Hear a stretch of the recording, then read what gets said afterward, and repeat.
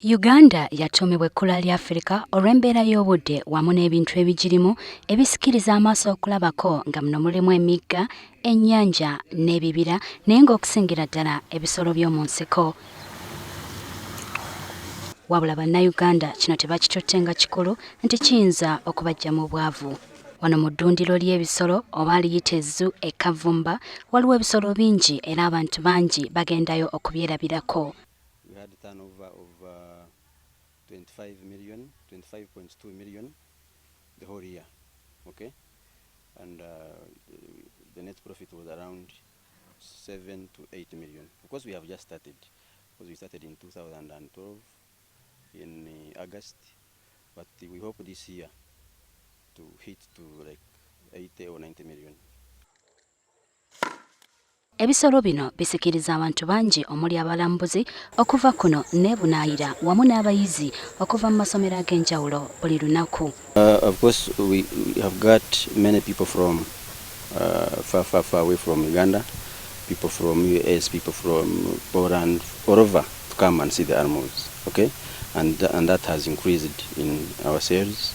Okusinziira ku Stewart Kavumba nannyini kifo kino agamba nti bannayuganda tebannategeera birungi biri mu kulunda bisolo bino kubanga birimu ssente ezitagambika.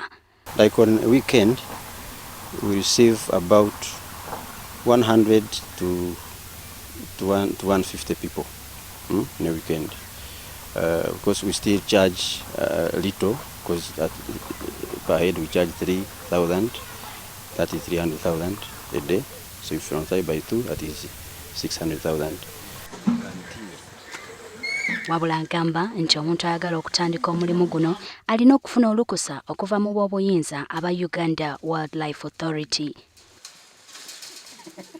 We decided to invest in wildlife is that it was demand from our customers because they used to say Entebbe is very far, you know, so and we decided to invest wildlife for them, and of which it has worked for us.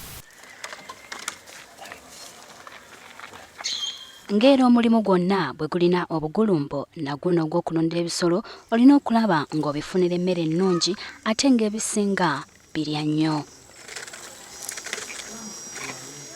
Kati wano muzu tulina ebisolo by'ebika bingi, tulina goonya tulinamu 2, birya nyama, tulinamu n'enkima by'ebika nga 5, tulina abeedira engeye, abeedira nakabugo, abeedira sewagaba, kati tulinamu ne cats ng'emondo, akasimba, abeedira kasimba, tulinamu n'enkobe, kati enkobe zirya mapapaali. Why do you separate them? They have different. Wabula agamba nti ekisinga okuba ekirungi mu mulimu guno ebisolo tebabigula babifunako bwereere okuva mu b'ekitongole kya Uganda Wildlife Authority mpozi ne mu bantu okuva mu byalo. Tufunamu abantu ne batuleetera ssente, ezo ssente gitukozesa okugula ebintu ebyokulya ng'emmere by'ebisolo. Tukozesa ssente ezo abantu gye baleeta muno. Mostly weekends tufunamu abantu bangi bo batuleetera ssente ne tugula ebintu emmere gye tuliisa bino ebisolo.